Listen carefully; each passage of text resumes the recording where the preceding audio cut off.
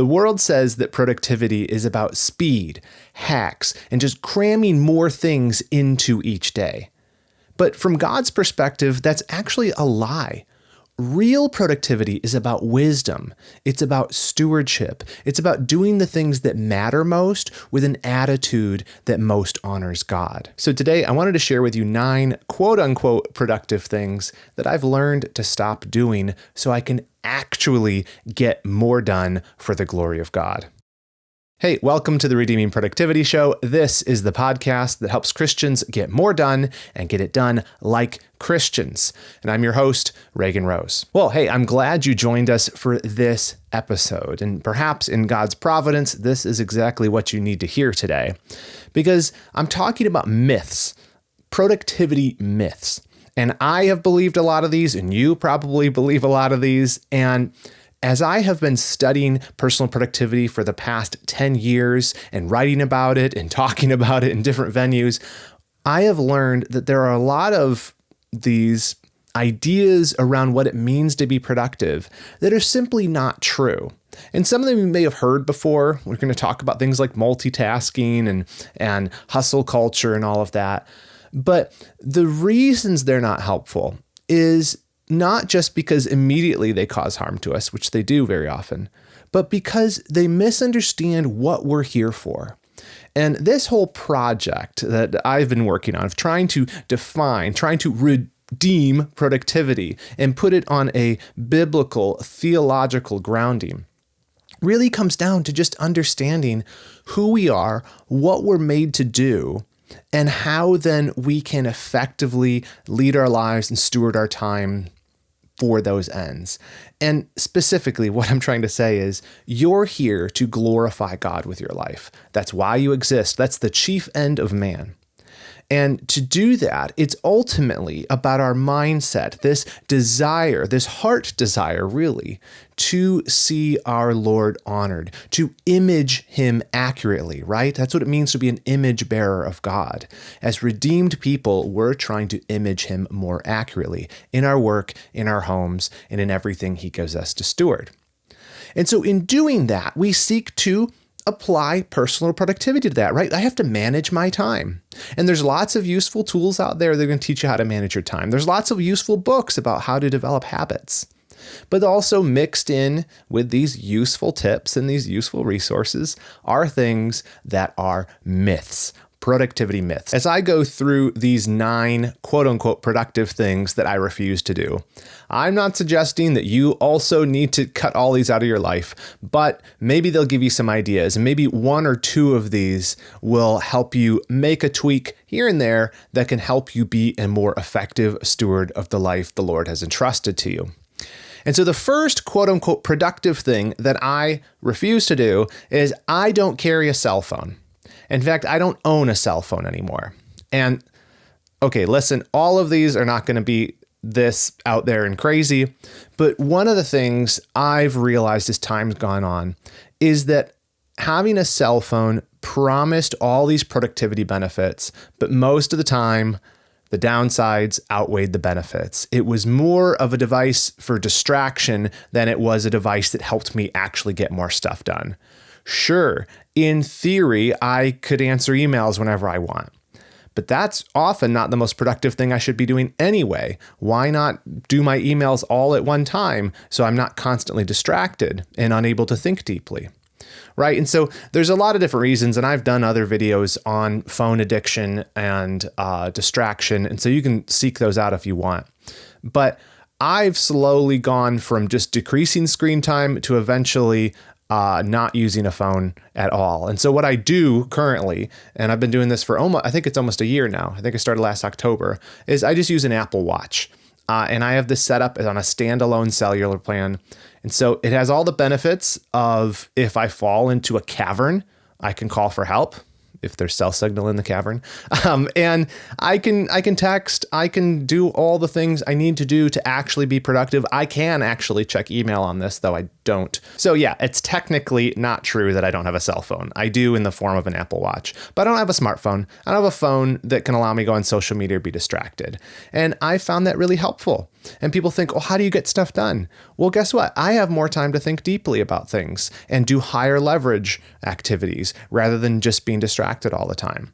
I can write. I just went for a walk this morning with no earbuds in, no listening to anything, not checking anything. I just thought about stuff and I prayed, and it's so much nicer. And I feel like, on the whole, I'm actually more productive when I'm a person of depth than I am when I'm a person of distraction. And the phone was a distraction, so I eliminated it. But even if you aren't willing or able because of your job or something to go full dumb phone, you're like, that's just insane time, Reagan. Let me give you a principle to take away from this. Jim Elliot, the famous missionary martyr, one of the quotes they got from his journals was he said, "Wherever you are, be all there. Live life to the hilt." And I love that. Wherever you are, be all there. I think, the world has their own version of live in the moment, but I think that there's some truth to being where you actually are, not having half of your brain off in la la land or online or thinking about a text conversation to respond to or waiting for the next beep or notification, but to actually be there with your family or be there in the church service or be there in the work without always having the potential for distraction. The second quote unquote productive thing I refuse to do is I do not hustle all the time. I don't hustle all the time. I'm not always moving fast. There are seasons where I do this. When I'm working on a big project, I will work long days, very long days sometimes. But I am very cognizant of the temptation to let that become a permanent way of life. And as I talk to other believers who are kind of trapped in this grind culture, hustle culture idea where they're like, I'm putting in 80-hour weeks, Reagan, and I don't know how to stop because I have to do this to maintain the current level of productivity I have. And what happens is you end up on this vicious cycle. You start to believe that putting in more time is going to make you more effective. And for the short run, it might, right? You might be able to get things done more and faster. But then you create this expectation from others and just from yourself that that's the level you have to operate at 24/7, 365 days a year. And that's not sustainable. Hustling all the time is not sustainable. And therefore, in the long view, it's not actually productive because you can't live that way forever without having some burnout or heart failure or, some terrible thing happen. And I would say even in the short term, one thing I've come to realize is that when I move slowly and more deliberately with my productivity, meaning I have clarity on my current goals and projects, and I pour myself into those things really deeply, I tend to produce better results. It might not be fast, but it's long-term, I'm creating more value for people. I think the contrast is when we live in constant hustle mode, it's how do I respond to the email as fast as possible? How do I answer the phone calls? How do I make sure everything is just holding together? And we have this sort of defensive posture towards productivity is I'm just trying to hold everything together. And it's barely holding together. Everything's just hanging on by a thread, but I've got it all together, so I'm being productive. And to slow down and to resist that temptation to always be hustling requires something really hard. And I think this is why we don't do it. It requires us to get clear about our priorities. Only once you get clear about your priorities are you actually going to be able to give yourself deeply to the things that matter and resist that pull to live in constant urgency mode. So yeah, I refuse to live in constant urgency. I just do. Because I believe God has called us to faithfulness, not frenzy. We can move slowly and deliberately in specifically the things God's given us to do without life constantly being on fire. That's possible. And this is downstream of a conviction that I have, and I think we should have from the scriptures, which is that God has created us for a purpose individually. God has given you a specific work to do, and you have enough time to do that work. The thing that gets in the way of you doing that is all these other things that we create in our heads to say, but I have to do this and this and this and this and this and this. And suddenly, there's not enough time to do the things God's actually given me to do. That's a trap. So don't hustle all the time. Don't hustle all the time. There are seasons for it, but there are also seasons to just go slow and steady. Okay, related to this is number 3. The third quote unquote productive thing that I don't do is I don't work on the weekends. I don't even check email on the weekends. On the weekdays, I don't work after 5 p.m. Now, there are rare exceptions to this. If I'm in a busy season where I'm trying to finish a large project, I will do that for a short amount of time. I'll even work on the weekends. Sometimes something falls through the cracks or the kids are sick or you miss a day of work or something. You got to make up for it. Yes, but as a matter of course, I try to never work on the weekends. And there's a couple reasons for this. One is I'm not a Sabbatarian, but I do believe that the Sabbath was made for man in that it's a gift for us. Jesus talks about this, that the Sabbath command, even in the Old Testament, to the Jewish people when they're under the law, that was given to them not as a burden, but as something that was like a gift to them. That, 6 days shall you labor, the seventh is the Lord. Take Saturday off. Don't do more work there. Because, God set this model for us in his creation week, on the seventh day he rested. But what's happening there is you are acknowledging when you take a weekend off, you're acknowledging that it is not all within my control. And this is the big, hard pill for us to swallow.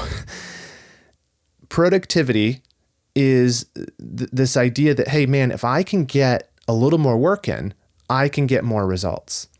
And you think that this is this linear equation that, okay, my work creates more results, therefore more work, more results. And so if you live according to fear that, everything's going to fall apart if I stop working, then you're not going to rest on the weekend. You're not going to entrust yourself to the Lord and believe that actually he's the one who builds the house, right? If the Lord doesn't build the house, the laborers work in vain. Do you believe that? It's ultimately the Lord who's building the house. So you don't need to work 24/7, 7 days a week. That's redundant, but you don't have to do that because the Lord is in control. And I'll just tell you the way I do it. I work at this desk. I work from home. And this little computer that's in front of me, on Friday afternoon, I shut it and I actually put it in the drawer here.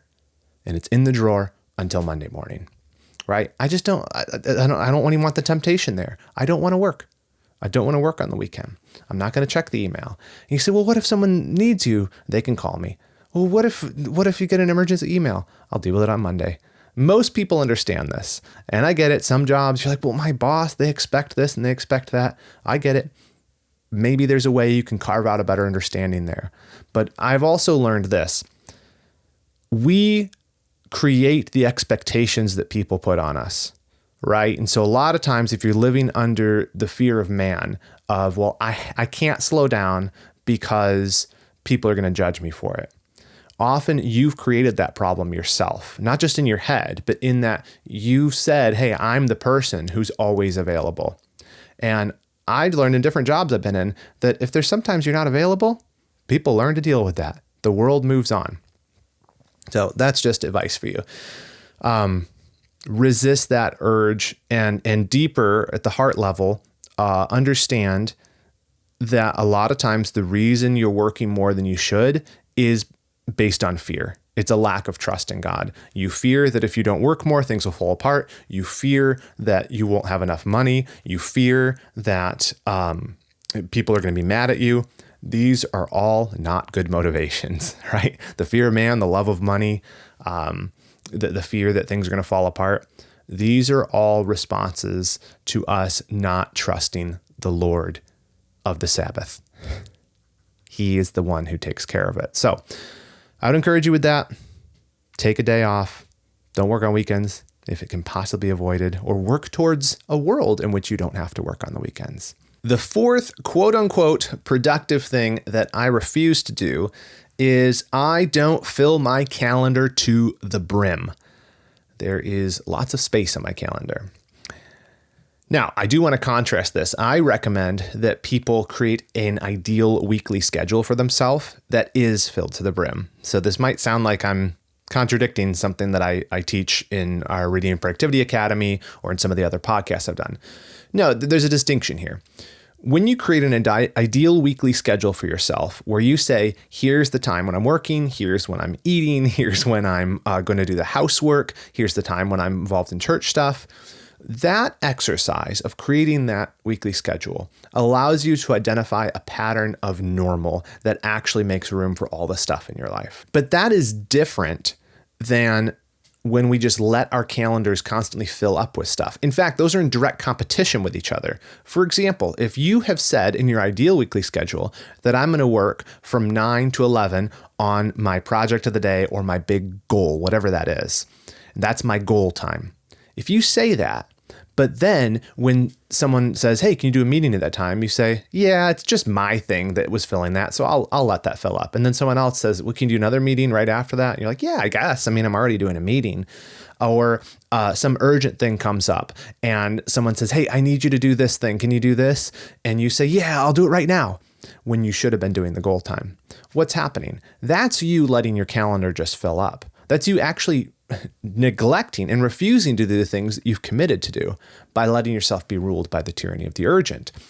And so by not letting your calendar fill up to the brim, that's just you protecting the things you had planned to do, the important, letting the important not get pushed out by the urgent. And so that's what I mean when I say I don't fill my calendar to the brim.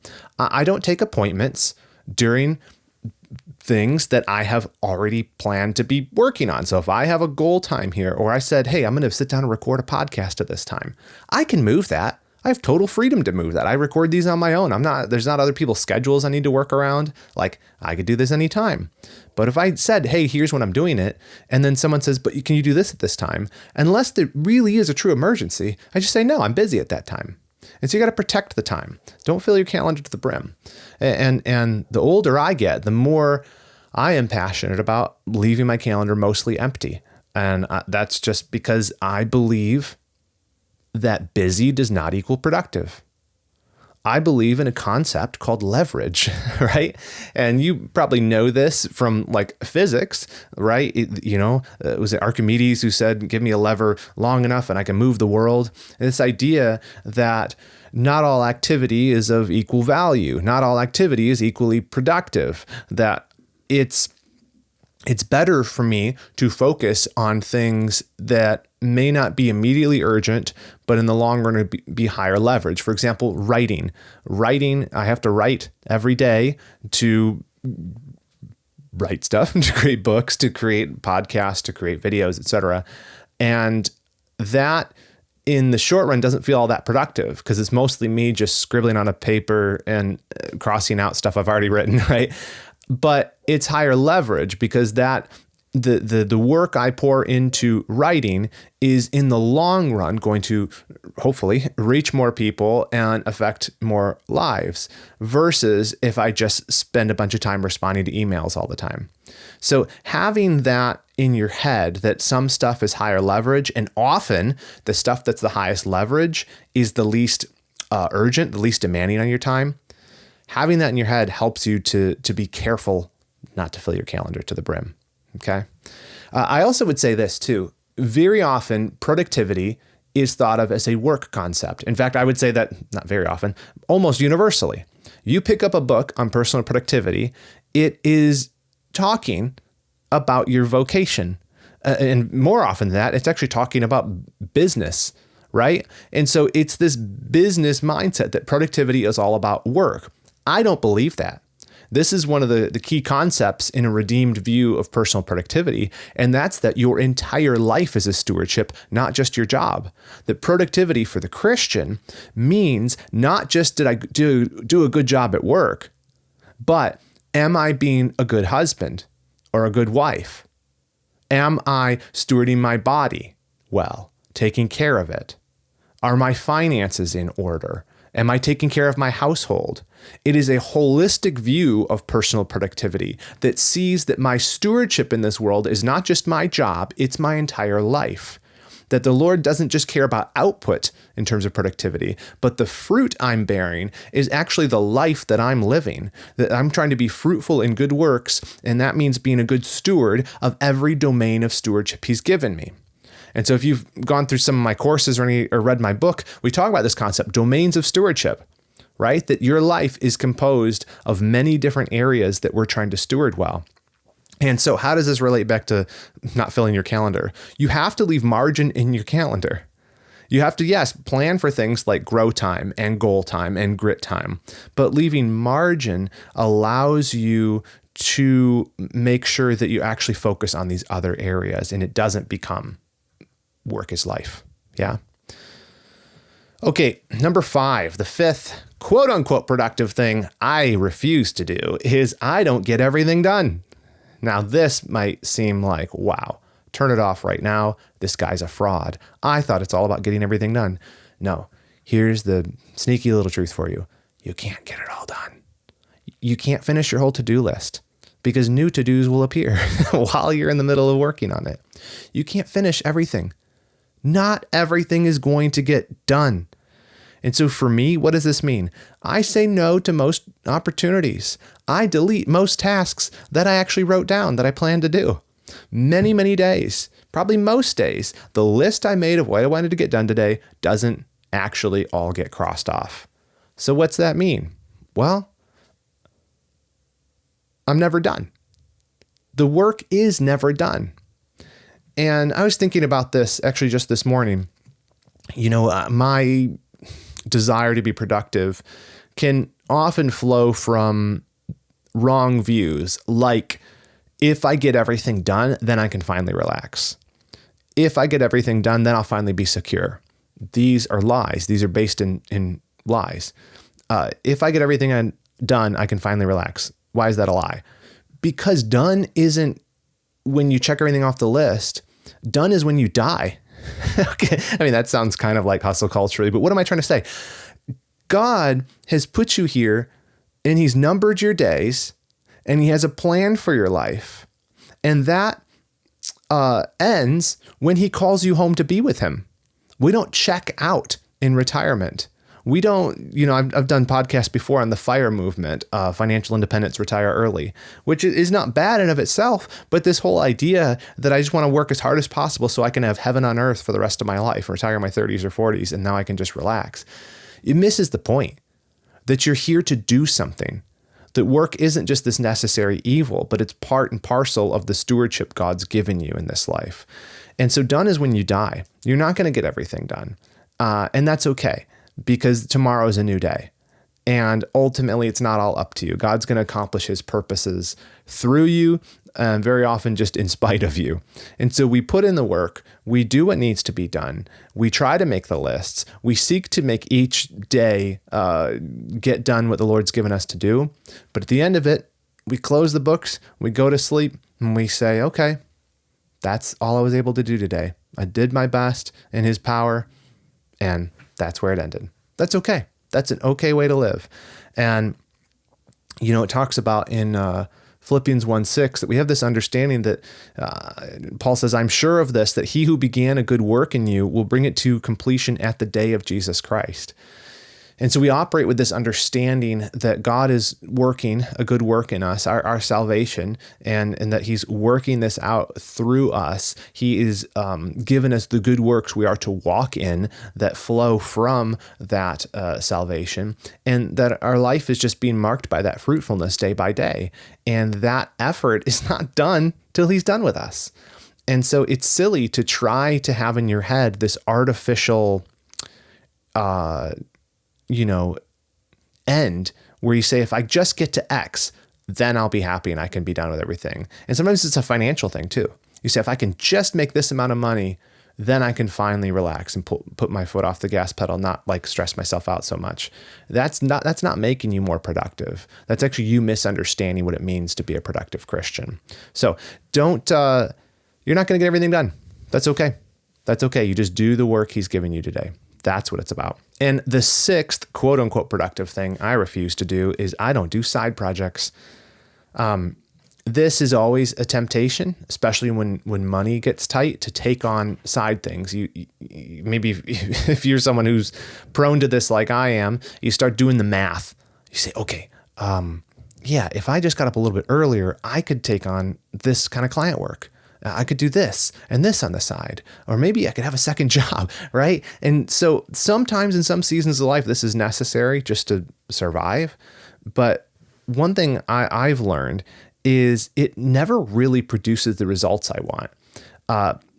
Because here's the principle: dividing your time between two projects doesn't mean each project gets 50% of your time. You think it does, but it's really more like each gets 40 or 30% of your time.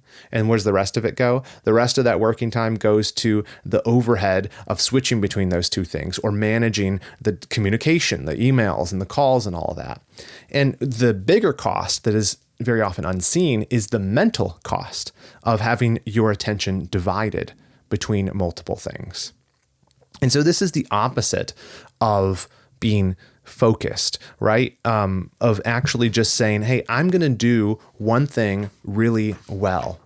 Proverbs 4:25 says, let your eyes look directly forward and your gaze be straight before you. He's saying, be single-minded, right? Even in James 1:8, it talks about double-minded man is unstable in all his ways. He's talking about someone who has, he's of two minds about the most important stuff about our faith. But like, that's true more generally.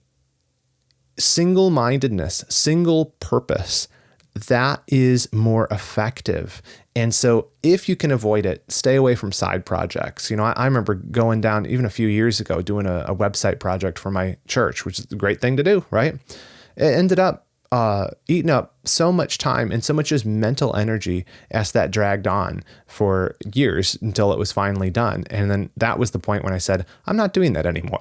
I'm not going to do websites on the side. I'm not going to make wedding videos. I'm not going to do any of these different things I used to do as side projects. So it's pulling away from the main thing I need to be doing. And if you're interested in more on this, look back, I don't know, maybe 10 episodes ago, I did an entire episode just on why you shouldn't do side projects. And kind of this is my diatribe against having that split attention. Okay, the seventh quote unquote productive thing that I refuse to do is I don't sacrifice my family on the altar of quote unquote productivity. Because I've already mentioned this, when you see productivity is more of a matter of stewardship, you get out of that mindset that productive equals do more work, right? If you have this idea where productivity means only the work I'm doing, like only the time spent on my job, that domain of stewardship will slowly eclipse the other responsibilities God's given you to do. So that's what leads to like workaholism, or you being like, I can't come to church this Sunday because I have too much work to do, where it becomes everything in your life.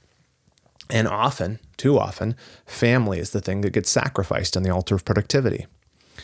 And so the counter to this, and the reason why I am more and more try to guard time with my family from work, is because I recognize I am productive when I tend to the responsibilities God's given me. That's sort of the broad principle here.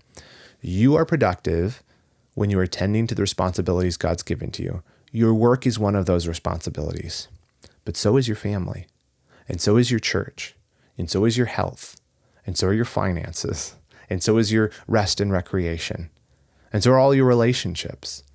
All of these things make up the unique stewardship God's given you. And being productive means that all of those things are getting the attention that they deserve, and you are being faithful in your stewardship of them. So don't get stuck in this trap. Don't get stuck in this trap where you say, oh, well, I just need a little more work, a little bit more, that eventually will eat away at your time, and you'll find that in the end, you are not being more productive because you're doing more work. You're actually being less, and often in the things that matter far more than just work. And I think this is very, very true. In the qualifications for eldership that talks about in 1 Timothy 3, which are really just, for the most part, they just define what it means to be a mature believer, because that's what you look for in an elder is character qualities, that they are mature believers, except for the able to teach one, which is a skills issue. It's character qualities. So you can look at the qualifications for what makes for a good elder, a good deacon in a church, and say, hey, these are good things to look for in myself or to seek to cultivate. And so one of those is he talks about able to manage their household. And it says in 1 Timothy 3, verse 5, he explains it. For if someone is not does not know how to manage his own household, how will he care for God's church? And this is one of those things too, is if I was hiring someone and I saw that their home life was completely out of whack, they had poor relationship with their wife or their family, or they didn't spend any time with them, I would turn around and say, they probably are not going to be that productive or useful in this job for the same reason. Because if they can't manage their own household, how are they going to manage anything else, whether that's church or work, right? And so don't sacrifice your family on the altar of productivity. That's not actually being more productive. It's being less productive. Okay, number 8. The 8th quote unquote productive thing I refuse to do is multitask. I don't multitask.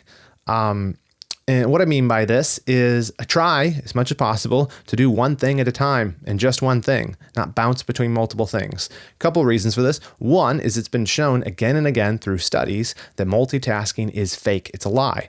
You don't actually do multiple things at the same time, like work-wise. What we do is rapid task switching, right? So I have my email open and I'm also working on a spreadsheet.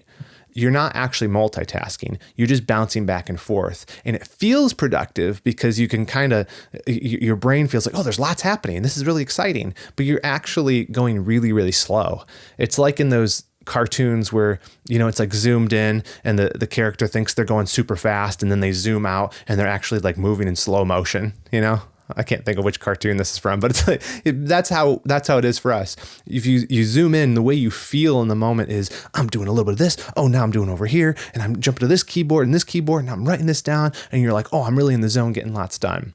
But if you actually zoomed out and you actually see what was happening, is you're like a sloth. You're going so slow because it's task switching, and it exerts a greater cognitive load on you than being single focused, because you're carrying back and forth with you. I forget who coined the term attention residue, but you're basically, while you're working on the spreadsheet, part of your brain, instead of being focused on the task at hand, is thinking about, I wonder if more emails are coming in, or I wonder if I should have answered that one too, right? This is the idea. So don't multitask. It's not good. A couple of practical ways I've learned to be more single-tasked is, for example, email. I leave my email app shut.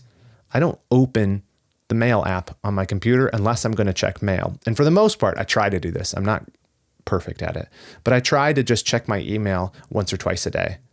And one of the things I did too is I turned off auto delivery of emails. So even if I forget and I leave the app open, the way it used to be is your email apps used to have to tell it to fetch the email. Even with Gmail, if you just have that open, it's automatically just showing you when the new email comes in. Ping, ping, ping. And we've just become used to that. I'm like, that's crazy. That you just say that an interruption can come whenever, and half the time it's a coupon. It's not even like a real thing you need to be interrupted by. So I turned off auto retrieval of emails in my Apple Mail app. And so I actually have to hit a button that says check email. That's game changer. Do that, turn off the auto fetch thing if you can. Because it's the same thing like with physical mail. You go and check the mailbox. You don't just go out there all the time, see if there's new letters. Also, that's not how real mail works. The mailman doesn't just like get a new letter at the post office and run back to your house and say, sorry, I forgot this one. But still, limit that. Limit the multitasking. Time boxing your days helps here. I do this in the Waypoints goal planner, which is the paper planner I created because I didn't have one that I loved. So I made one, and we sell these too if you want them. But in here, you can time box your day, right? And so what's that mean? It means I have a sheet of paper, and you can just do this on a regular sheet of paper, and I have the times running down the side from like 4 or 5 a.m. all the way till 12 a.m. Not that I'm working all that time, but I just draw little boxes. This is the time when I'm going to check email. This is when I'm going to eat lunch. This is when I'm going to do my goal stuff. And I remake that every day. So I have my general template, which is my ideal weekly schedule. And I try to mostly stick to that, but each day is a little bit different. So I redraw that on each new day, and then I mark up my priorities for the day, and I have time for when I do them. Now I have a definition of what I should be doing, so I don't have time. I should say it this way. And so when I have the thing I need to be working on right in front of me, it's that time on my time box. I just do it. And I don't feel this need to, I need to check email. Why? Because I already made a plan for when I'm going to check email. You get it? Don't multitask. God gave us one mind. We glorify him best when we bring it fully to one thing at a time. I really do believe that. All right, last quote unquote productive thing I refuse to do. It's number 9, and it's that I don't neglect sleep. Refuse to neglect sleep. You may have seen some of my other videos, and sometimes I talk about my morning routine that I get up very early. I'm a very early riser. And people sometimes make the mistake there of assuming that, oh, wow, he's saying you got to wake up really early and that means you have to neglect sleep. No, I go to sleep really early too. So I just happen to like to wake up early. You don't have to do that. But sometimes in the world of productivity, you get this message that you should be neglecting sleep. That, man, if you really want to hustle and get stuff done, get up earlier, work harder, do all this. You know, you'll see some of the podcast bro-y type podcasts where it's, you know, the guys are like, well, I could be 3 a.m. and go to the gym. And you're like, wow, if I did that, I'd be very successful. If I did that, I'd die, you know, because I wouldn't get enough sleep. So unless those guys are going to bed at 8 p.m., maybe they are. But sometimes even if they say that, we just ignore that part and we say, okay, get less sleep because then I'm awake longer so I can get more done. That's crazy. That's crazy. And I'll tell you why that's crazy. The Bible tells me so. Psalm 127, verse 2, it is in vain that you rise up early and go late to rest, eating the bread of anxious toil, for he gives to his beloved sleep. God's in control. That should probably be the message of all of these. I don't do all these quote unquote productivity things because I believe God's in control. I believe that the Lord will give me today my daily bread. He will take care of me. I will seek to show up and be a faithful steward with the day he's given me, but ultimately I have entrusted myself to the hands of the Lord. He will take care of it. And I will go to sleep at night and lay my head on that pillow when all the work isn't done, recognizing that there's still more I should be getting done. There's still more, I probably need more money. I probably need more of this, all of that, but I can lay my head down in peace, knowing it's God who's in control of all of it. He's going to take care of me. My role isn't to do everything, isn't to take the whole world on my back. It's to follow the Lord, seek first his kingdom and righteousness, seek to be faithful to the little stewardship he's given me in this little life, and trust that he will take care of my needs if I seek first his kingdom and righteousness. It's simple in principle. I get it. Hard in practice. But we have to push back against these ideas of what it means to be productive, thinking that I'll just trade sleep for a few more hours of work. That's a fool's game. It's eventually going to catch up with you. And more importantly than it catching up with you, it's an exercise of not trusting the Lord, right? It's confidence in the sovereignty and love of God that lets you sleep peacefully, even when the work isn't finished. Okay. So here's the principle. Sleep is an act of faith because you can't get anything done while you're sleeping, right? But he gives to his beloved rest. So let's receive that gift with gratitude and thankfulness and with the knowledge that even when I'm not working, God who never sleeps is, and he's the one who's going to take care of things. Well, hopefully there's an idea in there that might be helpful to you. And I'd love to hear from you in the comments on Spotify, or if you're watching on YouTube. What is one productive thing you refuse to do? Is there one on this list that you're like, yes, I refuse to do that? Or maybe one I didn't mention. And maybe is there one that you want to take away from this and say, hey, this is the area I need to change. I want to stop doing the multitasking. I want to stop neglecting the sleep, whatever it is. I'd love to hear what you think. Let me know. Oh, and if you're interested in that Waypoints goal planner I mentioned, we have those for sale at redeemingproductivity.com. You get a digital version of that that'll work on your iPad or whatever tablet. You can also get them paper spiral bound. And if you join our Redeeming Productivity Academy, you get the digital one free with your membership, and you get discounts on the paper version and everything else in our shop. So check it out, redeemingproductivity.com. Lots more there. And you can also there sign up for our weekly newsletter, Reagan's Roundup, where I share little gems I found around the web, little insights I have on how to apply Christian productivity to your life. Lots of people read it. Lots of people tell me they like it. No one's ever told me they hate it. So that's a good reason. Go check it out, redeemingproductivity.com. Thanks for watching. Thanks for listening. Lord willing, will see you again next week. Take care.